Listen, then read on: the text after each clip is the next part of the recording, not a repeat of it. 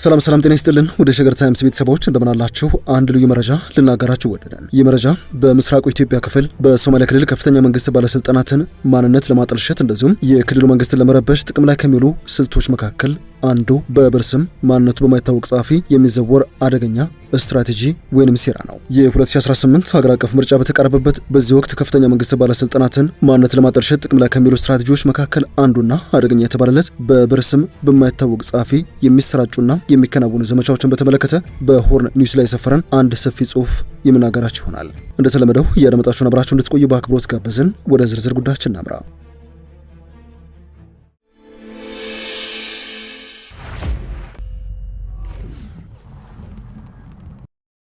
በዚህ ዘመን በተለይም ከእውነት ባሻገር ማለትም በፖስት ትሩዝ ባለው የሚዲያ ዓለም ውስጥ ምንጮችን አለመጥቀስ ለመረጃ ሰጪዎች እንደ ከለላ ከመሆን ይልቅ የፖለቲካ ማጥቂያ፣ የተሳሳተ መረጃ ማሰራጫ መሳሪያ ሆኖ እያገለገለ ይገኛል። ቀደም ሲል መረጃ ሰጪዎችን ከማጥቃት ወይንም ከበቀል እርምጃ ለመከላከል ሲባል ትክክለኛ ምክንያት የነበረው ሚስጥራዊነት አሁን ላይ ሐሰተኛ መረጃን በማሰራጨት ህዝብ ለማሳሳትና አሉታዊ ገጽታ ለመፍጠር ጥቅም ላይ እየዋለ ይገኛል። በአንድ የተፈበረከ ታሪክ ዙሪያ የተለያዩ ገለልተኛና ዘርፈ ብዙ ማረጋገጫዎች አሉ ለማስመሰልም አንድ ግለሰብ ብቻ ከተለያዩ ስም አልባ ገጾች ጀርባ በመደበቅ የውሸት ድባብ ሊፈጥርም ይችላል። ፈጣሪም ሆነ የሚያሰራጨው አካል የማይታወቅበት ይህ ፈረንጆቹ ደብል ብላይንድ እንደሚሉት አሰራር ተቋማዊ ተጠያቂነትን የሚያጠፋ ከመሆኑ በላይ ሰፊው ህዝብ ስለ ድርጊቱ ዓላማ፣ ግብ ወይንም እውነታ ምክንያታዊ ፍርድ እንዳይሰጥ ያደርገዋል። የስም ማጥፋት ዘመቻ መዋቅር ይህ የተጠያቂነት መጥፋትና የመረጃ ምንጮችን ይፋ ባለማድረግ የፈለጉትን የማሰራጨት ተግባር በቅርቡ በሶማሊያ ክልል ርዕሰ መስተዳድር ሙስጠፋ ዑመርና በሶማሊያ ክልል አመራሮች ላይ በተጠናከረ መልኩ በተከፈተው የስም ማጥፋት ዘመቻ በግልጽ ታይቷል ባናቸው። መሰረታቸውን በሶማሊያ ክልል ርዕሰ መዲና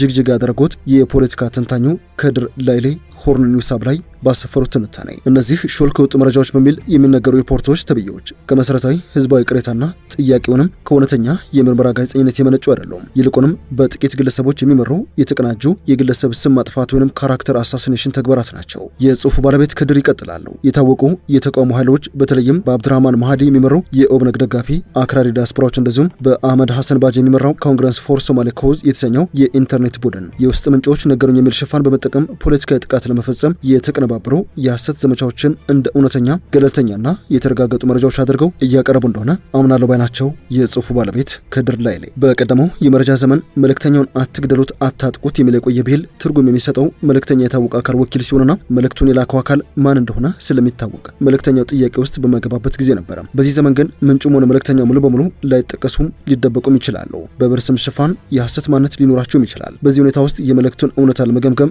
የመልእክተኛው ማንነት ወሳኝ ሆኖ እናገኘዋለን። ስለዚህ የማይገለጹ ወይንም ስም አልባ ምንጮችን መመርመር የመርህ ወይንም የግለሰቦች መብትን መጣስ ተደርጎ ሊወሰድ አይገባውም። ይልቁንም የመረጃውን ምንጭ ለማወቅና ለተሰራጨው ዜና ተጠያቂነት ለማስፈን እጅግ አስፈላጊ ነውና። ምክንያቱ ደግሞ በሚስጥር ጠባቂነት ሽፋን ታማኝነት እንዲዋጥ ሊፈቀድለት አይገባም። ምንጩን ባለመጥቀስ ሽፋን ዘገባዎች አሊያም መረጃዎች ግለሰቦችን፣ ቡድኖችንና መንግስትን ለማጥቃት እንደ ማጥቂያ መሳሪያ ጥቅም ላይ ሲውሉ የተስተዋለባቸው 6 ምሳሌዎችንም እንደሚከተለው ዘርዝረዋቸዋል። ከድር ላይ የመጀመሪያው የመረጃ ማሳሳቻ ማወናበጃ ስልት የሐሰት ድምጽ ቅጅ ነው። እንደሚታወሰው ከጥቂት ወራት በፊት የህወሓት ድጋፍ ይሆንና በዚህ ምንጮች የነገር በሚል ብሂል የሚታወቅ የዩቲዩብ ቻናል አንድ አነጋጋሪ ዜና አሰራጭቶ ነበር ይላሉ። የሶማሊያ ክልል ፕሬዝዳንት ሙስጠፋ መሐመድ የፌዴራል መንግስት ከስልጣን ሊያነሳኝ የሚሞክር ከሆነ ኢትዮጵያ ትፈርሳለች፣ እኛም ክልሉን እናስገነጥለዋለን የሚል ማስጠንቀቂያ ሰጥቷል ተብሎ ነበር። በዚህም ሾልኮ ወጣ የተባለ ድምጽ ቅጅ ግን ከ5 ዓመታት በፊት የተደረገ የክለብ ሃውስ ውይይት ሆኖ ተገኝቷል። ይዘቱም ከዜናው ጋር ምንም አይነት ግንኙነት ያልነበረው ነበር። በዚህ ረገድ ሾልኮ ወጣ ድምጽ የተባለው የተቀነባበረ ድምጽ ቅጂ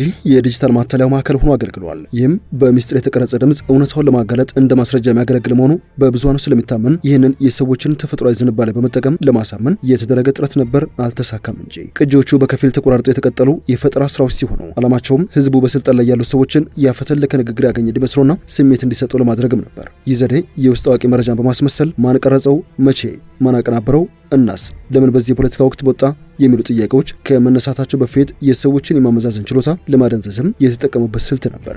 ሁለተኛው የመረጃ ማወናበጃ ስልታቸው ሐሰተኛ መርማሪ ጋዜጠኛ የድምጽ ቅጂው አፈትልኮ ወጣ ከሚለው ድራማ ሳምንታት በኋላ እስማኤል አልዩ በሚል የብር ስም መርማሪ ነኝ የሚል ጋዜጠኛ በድንገት ብቅ ብሏል የሚሉ ነበር። በብር ስም በመጻፍ በክልሉ እስር ቤቶች ውስጥ አስደንጋጭ የሰብአዊ መብት ጥሰቶች እንዳሉ የሚገልጹ ታሪኮችን አሰራጨ።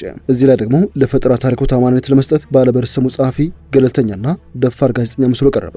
ማንነቱ በማይታወቅ ገጽ ወይንም በጊዜያዊ ሚዲያ አውታር በመጠቀም መረጃ የሚያሸልኩት ወሳኝ ምንጮች እንዳሉትና ለባለስልጣናት ቅርብ እንደሆነም 3 ሰዎች በመሰረቷትና የተቋሚ ኃይሎች በሚዘውሯት ሚኒሶታ ኢንስቲትዩት ኦፍ ሆርን ኦፍ አፍሪካ ስተዲስ በተባለች ድረገጽ ላይ ያሰፈሯትን ጽሑፍ ማሰራጨው። ይህ አሰራርም ያልተረጋገጡ ወሬዎችን በፕሬስ ነጻነት ስም እንዲነገድ አስችሎታል። የመረጃ ምንጮችን ደህንነትና ሚስጥራዊነት ለመጠበቅ በሚል የጋዜጠኝነት መብትን ሽፋን በማድረግም የእውነተኛ ጋዜጠኝነት መሰረታዊ ኃላፊነቶችን ማለትም ሀቅን ማረጋገጥ እንደዚሁም ሚዛናዊ ዘገባ በመስራት ሌላኛውን ወገን ምላሽ የመስጠት መብትን ከጨዋታ ውጭ ያደረገ አደገኛ አካሄድም ነበር። ይህ አጉል ብልጠት ደግሞ ስነ ምግባር የጎደለው ሴራ ነው። ጸሐፊው ዳኛም ፈራጅን በመሆን ገለልተኛ ታዛቢ መስሎ እንደ ፖለቲካ ቅጥረኛ ገዳይ በመንቀሳቀስም የሚዲያ ስራ በመጠቀም የፈለገውን አካል እንዲያጠቃ ሽፋን የሰጠው ሆኖ አገልግሏል። ሶስተኛው ስልት የገዢው ፓርቲ ውስጥ ምንጭ የሚል ነው። በዚህ ምናባዊ ሰው በመጠቀም አንድን አስተዳደር እንደ ውስጣዊ ክደት የሚጎዳው ነገር የለም። ይህን ታሳቢ ማድረግም በገዢው ፓርቲ የተበሳጨ የውስጥ ሰው የሚል ማሳመኛ ለዘገባው በመጠቀም የስም ማጥፋቱን ዘመቻ አሳማኝ ለማድረግ ይሞክራል። በዚህም በሶማሌ ክልል ብልጽግና ፓርቲ ውስጥ ከፍተኛ ሹም ናቸው የሚባልና ስሙ የማይጠቀስ አባል በድንገት በዚች ድረገጽ ላይ ብቅ ብለው ስለ ብልሹ አሰራርና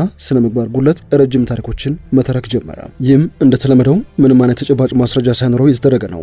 ያልተረጋገጡ ተዋናዮች ተቋሚ ግለሰቦች የህዝብ አካላት ናቸው። ስለዚህ እነርሱም ልክ እንደሚያጠቁት አስተዳደር ክትትልና ተጠያቂነት ሊኖራቸው ይገባል ብለዋል ከድር ላይሌ በዚህ ጽሁፋቸው። በዚህም ረገድ ተከሳሹም ስማቸውን ለማይጠቅሱትና የውስጥ ምንጮች በሚባሉ አካላት ለሚደርስባቸው አደገኛ ሪፖርቶች ምንጭ ናቸው ብለው የሚጠረጥሯቸውን አካላት ማንነትም የመገመት እድል ሊኖራቸው ይገባል ሲሉም ሞግተዋል።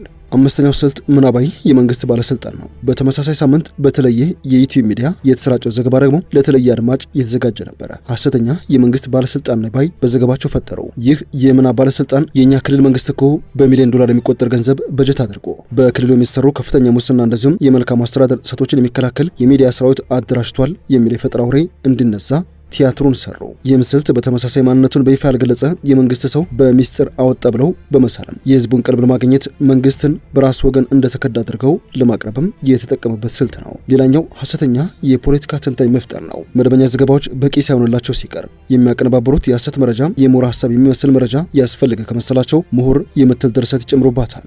መደበኛና የአካዳሚክ ቋንቋ በመጠቀም እነርሱ ራሳቸው ለፈጠሯቸው የተለያዩ ውሸት ማንነቶችና ቅሌቶች ዝርዝር የፖለቲካ አስተያየቶችን ይጽፉበታል። በዚህ መንገድ ብዙ የተለያዩ ሰዎች ሊስማሙባቸው የሚችሉ ቅዠቶችን ይፈጥራሉ። ይህ ማለት የተማሩ ያነባሉ የሚባሉ የዲያስፖራ ማህበረሰቦችንና ዓለም አቀፍ ተከታታዮችን ለመሳብ የታሰበ ሲሆን በስሜት ከተሞሉ የሶሻል ሚዲያ ዘመቻዎች ይልቅ የተሰናሰለ ገለልተኛ ትንታኔዎችን የሚከታተሉ ወገኖችን ለመሳብ ከዚህ መንግስት ተቃራኒ ሀሳቦችን ለማቅረብ ይጠቅማል ያሉት ስልት ነው። ሌላኛው ስልታቸው ሐሰተኛ የምርጫ ተወዳዳሪ በምዕራብ መሳል ነው። የህዝቡን ቀልብ ለመሳብ ከሚጠቀሙበት ስልት መካከል አንዱ ስሙ ማንነቱ የማይታወቅ እንደዚሁም የተገለለና ድምፁ የታፈነ የምርጫ ተፎካካሪ አሊያም ፖለቲከኛ መፍጠር ነው። ይህ ሰው እውነተኛ ከሆነ በይፋ አውጥቶ ደረሰብኝ ያላቸውን ጥቃቶች አቤት ከማለት ይልቅ የክልሉ መንግስት በፖለቲካ አመለካከቱ ስጋት ውስጥ እንደከተተው መራጮች በክልሉ መንግስት አማካኝነት እንዳደገፉት ጫና እንደሚደረግባቸው በብር ስም ለእነዚህ ሚዲያዎች እንደተናገረ አስመስሎም ያቀርቡታል። በዚህ መነሻም ዋናው ቁም ነገሩ እውነት ወይንም ሐሰት መሆኑ አይደለም። በዚህ ምርጫ ወቅት የድምፅ አሰጣጡ ፍትህ አይደለም ብሎ ከመከራከር ባለፈ ክልሉ ውስጥ አደገኛ አፈና አለ የሚል አስፈሪ ምስል መፍጠር የገጽታ ማጠልሸት የተናበበ ስትራቴጂ አካል ነው ሲሉ ሞግተዋል።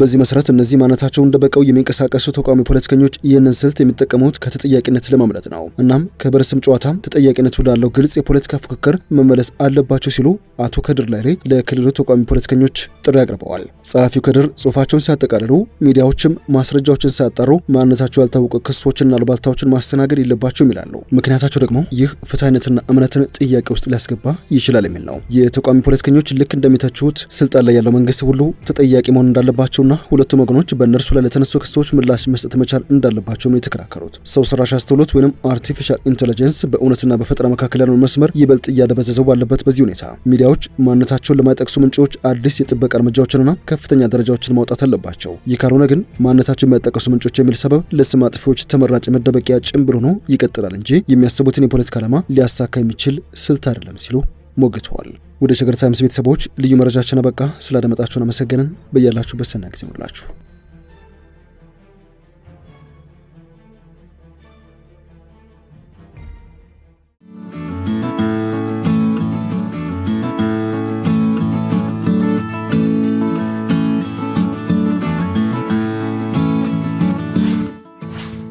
ሸገር ታይምስ ሚዲያን ሰብስክራይብ በማድረግና ደወሉን በመጫን ይከተሉን።